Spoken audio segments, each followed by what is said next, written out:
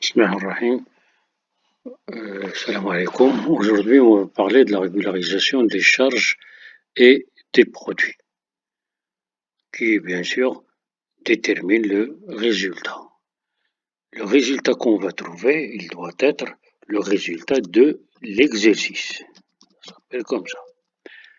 Pour qu'il soit un résultat de l'exercice, bien sûr, il faut que ce composante soit aussi relatif à l'exercice. Donc, il faut que les produits soient les produits de l'exercice. Et les charges aussi, il faut qu'ils soient des charges de l'exercice. C'est le cas de la plupart des opérations effectuées par les entreprises. Seulement, à la fin de l'exercice, il peut y avoir des cas particuliers qui ne répondent pas à cet objectif, c'est-à-dire les charges de l'exercice et les produits et les commandes de l'exercice. Prenons un premier cas, le cas des fournitures de bureau. Le cas des fournitures de bureau, lorsque ces fournitures ils font l'objet d'un stockage, là, il n'y a pas de problème. On va les traiter comme on a déjà traité les stocks. Maintenant, il peut rester des fournitures de bureau lorsque l'entreprise ne les stocke pas. Il peut rester à la fin de l'exercice des rames de papier, des stylos, etc.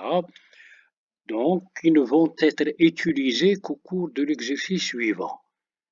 Or, ces charges ont été comptabilisées au cours de l'exercice.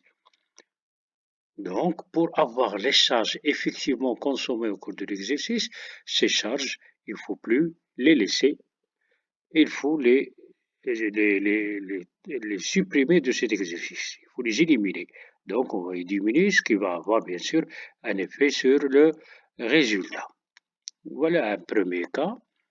Prenons un autre cas maintenant, c'est celui des charges concernant par exemple la consommation d'électricité, de l'eau, le téléphone, l'Internet, etc.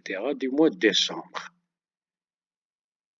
Cette consommation-là ne sera facturée qu'au mois de janvier, donc la facture correspondante ne sera reçue et datée au cours généralement du mois de janvier de l'année suivante, de l'exercice suivant. Donc il ne sera comptabilisé qu'au cours de l'exercice suivant. Or, ces charges ont bien été consommées au cours de l'exercice. Donc pour avoir les charges effectives de l'exercice, à ce moment-là, il faut les prendre en considération. Donc il faut augmenter les charges, il faut les prendre en considération.